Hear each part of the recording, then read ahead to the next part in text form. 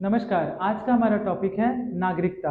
English में से कहेंगे सिटीजनशिप। तो हम लोग समझेंगे कि किस तरह से भारत में नागरिकों को नागरिकता का अधिकार दिया गया और नागरिकता के अधिकार में कौन कौन से वो मौलिक अधिकार हैं या फिर मौलिक कर्तव्य हैं जो भारतीयों को निभाना पड़ा, मतलब वो दायित्व दिया गया कि उस अधिकार के तहत या फिर उस कर्तव्य के तहत वो हमारे देश में रह सके या फिर देश की बागडोर को संभाल सके। तो चलिए एक एक करके देखते हैं और समझते हैं सिटीजनशिप यानी कि नागरिकता टॉपिक को, जो कि भारतीय अर्थव्यवस्था का एक महत्वपूर्ण टॉपिक है। ठीक है, तो आज जैसे कि टॉपिक लिखा गया है जैसे कि सिटीजनशिप यानी कि नागरिकता। नागरिकता का वर्णन यानी कि सिटीजनशिप का वर्णन हमारे भारत के संविधान में आर्टिकल नंबर 5 से लेकर के 11 तक इसके बारे में चर्चा किया गया। Very very important. ठीक है, आर्टिकल 5 से लेकर 11 तक हमारे संविधान में चर्चा किया गया है नागरिकता यानी कि सिटीजनशिप के बारे में। तो ये भी पूछा गया है एग्जाम में कि किस पार्ट में इसके बारे में वर्णन किया गया है। जैसा कि मैंने आप लोग को पढ़ाया है कि part of the Indian constitution total 22 है, वर्तमान में 25 है। जब स्टार्टिंग में जो संविधान का जब गठन हुआ था तो टोटल 22 पार्ट थे। उसके बाद अलग अलग 14A, फिर 9A, फिर 9B, फिर 4A, ऐसे करके पार्ट को ऐड किया गया। ठीक है, तो किस पार्ट के तहत नागरिकता यानी सिटीजनशिप को ऐड किया गया, तो किस पार्ट के अंतर्गत आएगा, तो ये पार्ट 2 में सिटीजनशिप के बारे में लिखा गया है। ठीक है, पार्ट 1 का संबंध यूनियन एंड इट्स टेरिटरी से है, पार्ट 2 का संबंध है आपका सिटीजनशिप यानी कि नागरिकता। और वहीं पार्ट 3 के बारे में अगर हम बात करें तो पार्ट 3 का संबंध है फंडामेंटल राइट से, और वहीं पार्ट 4 आपका क्या है, डीपीएसपी।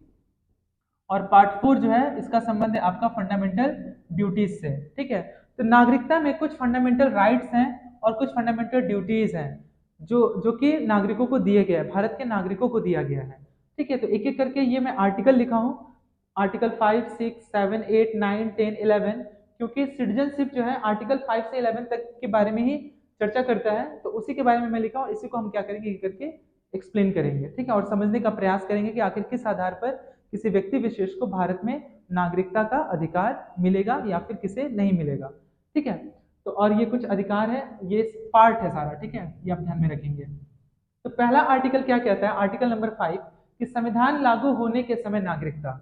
अब आर्टिकल 5 में टोटल 3 पॉइंट है। पहला पॉइंट यह है कि जन्म से ही या तो उस व्यक्ति का जन्म भारतवर्ष में हुआ हो। ठीक है, 3 कंडीशन है, अगर 3 में से अगर एक भी कंडीशन अगर फुलफिल हो जाता है तो उसे भारत में रहने का या फिर भारत में नागरिकता उसे दे दी जाएगी। तो पहला क्या है, आर्टिकल 5 से संबंधित वह है। ठीक है, वेरी वेरी इंपॉर्टेंट, आप ध्यान में रखेंगे। तो आर्टिकल 5 से वो 3 कंडीशन क्या है, तीनों शर्त है, और 3 शर्त में से अगर एक भी शर्त अगर पूरा हो जाता है तो उसे भारत की नागरिकता दे दी जाएगी। तो पहला शर्त यह है कि वह भारत में जन्म लिया हुआ होना चाहिए, यानी कि उसका जो जन्म है वो भारतवर्ष में हुआ होना चाहिए। ठीक है, दूसरा क्या है कि दूसरा उस व्यक्ति विशेष के पिता या फिर माता, ठीक है, माता या फिर पिता, इन दोनों का जन्म इन दोनों में से किसी एक का जन्म भारतवर्ष में हुआ हो। पहला, उस व्यक्ति विशेष का जन्म भारतवर्ष में हुआ हो। दूसरा लिखा हुआ है कि उसके पिता या फिर माता दोनों में से किसी एक का जन्म अगर भारतवर्ष में हुआ हो। और तीसरा, संविधान लागू संविधान लागू होने से पूर्व, यानी कि संविधान हमारा कंप्लीट कब हुआ था, संविधान हमारा कंप्लीट हुआ था 26 नवंबर 1949 को, लेकिन ये इंप्लीमेंट कब हुआ, इंप्लीमेंट यानी कि इसे लागू कब किया गया, इसे लागू किया गया 26 जनवरी 1950 को। ठीक है, एक चीज पूछा जाता है एग्जाम में कि कॉन्स्टिट्यूशन डे कब मनाया जाता है, तो कॉन्स्टिट्यूशन डे 26 जनवरी को नहीं मनाया जाता, वो 26 नवंबर को मनाया जाता है। ठीक है, कंप्लीट कब हुआ हमारा संविधान, 26 नवंबर 1949 में। ठीक है, और इसे लागू कब किया गया, 26 जनवरी 1950। तो पहला शर्त क्या है, या तो उस व्यक्ति विशेष का जन्म भारतवर्ष में हुआ हो। दूसरा क्या बोल रहा है, उसके पिता या फिर माता दोनों में से किसी एक का जन्म भारतवर्ष में हुआ हो। और तीसरा बोल रहा है कि संविधान लागू होने के 5 साल पहले से वह अगर भारतवर्ष में रह रहा हो। अगर इन तीनों में से अगर कोई भी कंडीशन, अगर एक शर्त भी अगर पूरा होता है तो उसे भारत की नागरिकता दे दी जाएगी। उम्मीद करता हूं कि आर्टिकल 5 आप लोग को समझ में आया होगा। ठीक है, वापस से एक बार हम रिपीट करते हैं। पहला, जन्म के आधार पर। दूसरा, उनके माता पिता में से किसी एक का भी अगर जन्म अगर भारतवर्ष में हुआ है तो उस आधार पर नागरिकता मिल जाएगी। और तीसरा है, संविधान लागू होने से पूर्व, संविधान लागू कब हुआ? 26 जनवरी 1950 को। लेकिन इसका संविधान का निर्माण कब हुआ, कंप्लीट कब हो गया था यह? तो ये 26 नवंबर 1949 को। यही वजह है कि 26 नवंबर को कॉन्स्टिट्यूशन डे, हिंदी में संविधान दिवस मनाया जाता है। इस बात का आप ध्यान में रखिए। तो संविधान लागू होने के 5 साल पहले से अगर वो भारत में रह रहा हो, इन तीनों में से अगर कोई भी एक कंडीशन फुलफिल है, तो वो भारत का नागरिक है। तो वही आर्टिकल 5 में लिखा हुआ है कि संविधान लागू होने के समय पर नागरिकता। ठीक है। छठा क्या है? आर्टिकल 6 क्या कह रहा है? आर्टिकल 6 बोल रहा है कि जिन्होंने पाकिस्तान से भारत में प्रवेश किया है। देश का बंटवारा 14 अगस्त 1947 को हो गया। देश जो 2 भागों में बट गया। पहले आजाद पाकिस्तान हुआ, उसके बाद आपका हिंदुस्तान। तो कुछ लोग ऐसे थे जो जब देश का बंटवारा हुआ तो वो भारत छोड़ करके वो कहाँ चले गए? पाकिस्तान चले गए। ठीक है। तो पाकिस्तान जो लोग चले गए, जिन्होंने पाकिस्तान से भारत में प्रवेश किया, पाकिस्तान जाने के बाद वो कुछ दिन तक पाकिस्तान में रहे और उन्हें लगा कि नहीं, ये जो मेरा जो डिसीजन था वो गलत था। ठीक है, मुझे वापस से भारत में आ जाना चाहिए। ठीक है। तो फिर वो पाकिस्तान को छोड़ करके वो फिर भारत में आ गए। ठीक है। तो उस आधार के बारे में लिखा गया आर्टिकल 6 में। ठीक है। तो उस आधार पर भी उनको नागरिकता मिल जाएगा। ठीक है। उनके माता पिता में से दोनों में से किसी एक का भी जन्म अगर भारतवर्ष में हुआ है तो उन्हें नागरिकता मिल जाएगी। आर्टिकल 7, पाकिस्तान के प्रवर्जित व्यक्ति, ऐसे व्यक्ति जो पाकिस्तान गए थे फिर वापस से पाकिस्तान छोड़ करके वो भारत में आ गए। ठीक है। यानी कि यहाँ पे रजिस्ट्रेशन, अगर उनका नामांकन का रजिस्ट्रेशन अगर भारतवर्ष में हुआ है तो उस आधार पर भी उन्हें क्या मिल जाएगा? नागरिकता मिल जाएगी।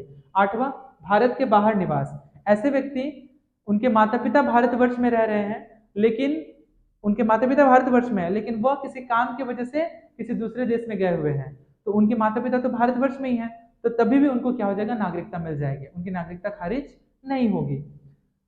समझ में आया बात? आर्टिकल 8 समझ गए आप? आर्टिकल 9, अपनी इच्छा से विदेशों में नागरिकता प्राप्त। मान लीजिए कि कोई ऐसा व्यक्ति है, उनके माता पिता भी भारतवर्ष में है और वो व्यक्ति है, मान लीजिए मिस्टर ए है, मिस्टर ए एंड बी है, इन दोनों का बेटा है मिस्टर सी। ठीक है। जो कि अमेरिका रह रहा है और वहीं पे उसने क्या किया? नागरिकता ले ली। तो इसने वहीं पे अगर कोई पूरे दुनिया में चाहे वो कोई भी व्यक्ति हो, उसको एक ही देश का नागरिकता मिलेगा, वो 2 देश का नागरिकता नहीं ले सकता है। यानी कि सिटीजनशिप जो है किसी एक ही कंट्री के लिए बाध्य होगा, 2 कंट्री के लिए बाध्य नहीं होगा। तो वो अपनी इच्छा से विदेशों में नागरिकता प्राप्त कर लिया है। यानी कि मिस्टर जो सी है वो अमेरिका में ही नागरिकता प्राप्त कर लिया है, तो उसकी जो नागरिकता है भारत में वो समाप्त हो जाएगी। वो एज अ टूरिस्ट फिर कहलाएगा, वो भारत में एक पर्यटन के माध्यम से, एक पर्यटक के माध्यम से ही रह जाएगा। उसकी जो नागरिकता वहाँ भारतवर्ष में जो है वो समाप्त हो जाएगी, क्योंकि वो अपनी इच्छा से विदेश में क्या किया है? नागरिकता ग्रहण किया है। आर्टिकल 10, नागरिकता अधिकारों की निरंतरता। तो ये नागरिकता अधिकारों की निरंतरता है जो इस अलग अलग आधार पर क्या हो जाएगी? समय के अनुसार, अमेंडमेंट के अनुसार या फिर आपका संशोधन के अनुसार ये बदलती जाएगी।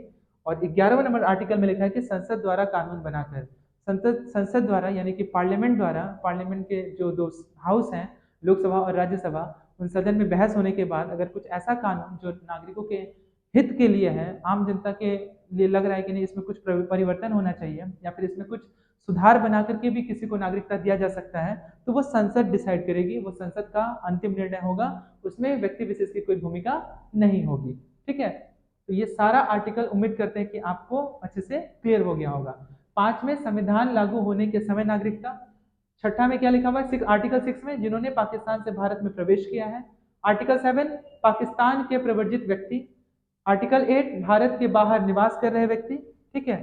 NRI, non resident of India. Article 9, अपनी इच्छा से विदेशों में नागरिकता प्राप्त कर चुके हैं। आर्टिकल 10, नागरिकता अधिकारों की निरंतरता। और आर्टिकल 11 जो है संसद द्वारा कानून बनाकर। ठीक है। संसद में अगर किसी कानून की पैरवी होती है और उस आधार पर लगता है कि नहीं, इस आधार पर भी नागरिकता व्यक्ति विशेष को मुहैया करवाया जा सकता है, तो उस आधार पर भी हम क्या करेंगे? उसे नागरिकता प्रदान करेंगे।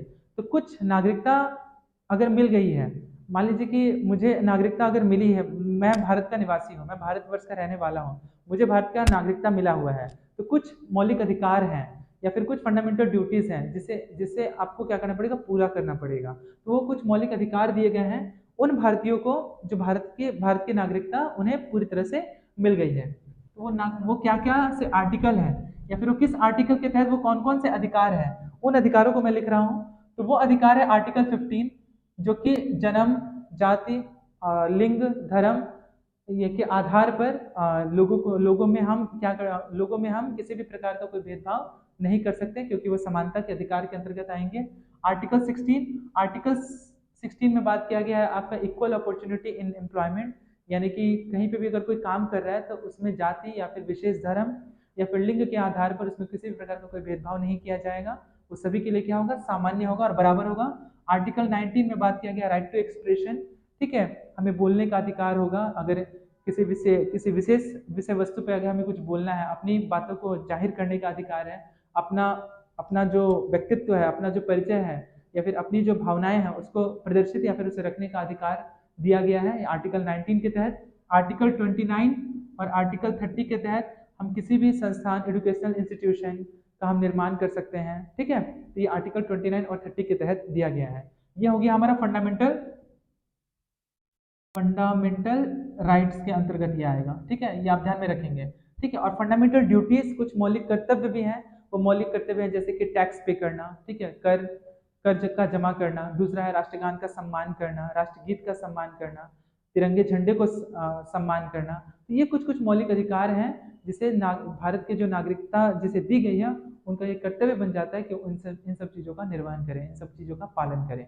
तो उम्मीद करता हूँ ये सारा जो पॉइंट है आप लोगों को एकदम अच्छे से क्लियर हो गया होगा, ठीक है। और एक ट्रिक है, मैं आपको ट्रिक बताता हूँ। तो ट्रिक के आधार पर आप ये मतलब आसानी से मतलब कि समझ सकते हैं या फिर बता सकते हैं कि इस आधार पर व्यक्तियों को क्या मिलता है, भारत में नागरिकता मिलती है। तो वो ट्रिक है, मैं वो लिख रहा हूँ ट्रिक, आप ध्यान दीजिएगा।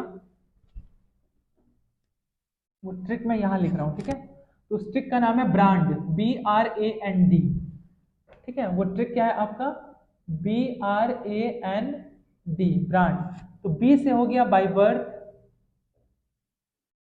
बाय बर्थ यानी कि जन्म के आधार पर, ठीक है। आर से हो गया आपका बाय रजिस्ट्रेशन यानी पंजीकरण के आधार पर, ठीक है। फिर ए से हो गया आपका बाय एरिया, क्षेत्र के आधार पर। यहाँ क्षेत्र का संबंध पाकिस्तान और अब इंडिया हिंदुस्तान से है, ठीक है। एन का संबंध आपका बाय नेचर यानी कि प्राकृतिक तौर पर, ठीक है। प्राकृतिक तौर पर यहाँ पे इसलिए कहा गया है क्योंकि हो सकता है कि आपके माता पिता यहाँ पे हिंदुस्तान में पैदा हुए हों, लेकिन उसके बाद आप चले गए होंगे पाकिस्तान में, वहाँ पे वहाँ पे आप जन्म लिए हों, ठीक है ना। तो इसकी वजह से अगर आपके माता पिता अगर यहाँ पे अगर हिंदुस्तान में अगर पैदा हुए हैं तो उस आधार पे भी आपको नागरिकता भारत की मिल सकती है। अगर आज़ादी से पहले देश का जब बंटवारा हुआ था उसके बाद आप कुछ सालों तक आप पाकिस्तान में रहे, उसके बाद अगर आप भारत में लौटना चाहें तो, ठीक है। तो बाय नेचर, ठीक है। और डी से हो गया डिसेंट, हिंदी में से कहेंगे वंशानुगत। इसमें वही हो गया कि आपके माता पिता दोनों में से कोई व्यक्ति का भी अगर जन्म भारत में हुआ है तो उस आधार पे भी आपको क्या मिल जाएगा, नागरिकता मिल जाएगा। तो उम्मीद करता हूँ वंशानुगत, तो ये आपको ट्रिक समझ में आया होगा, ठीक है। बी से by birth, bye registration, by area, by nature, bye decent, ठीक है। तो BRAND,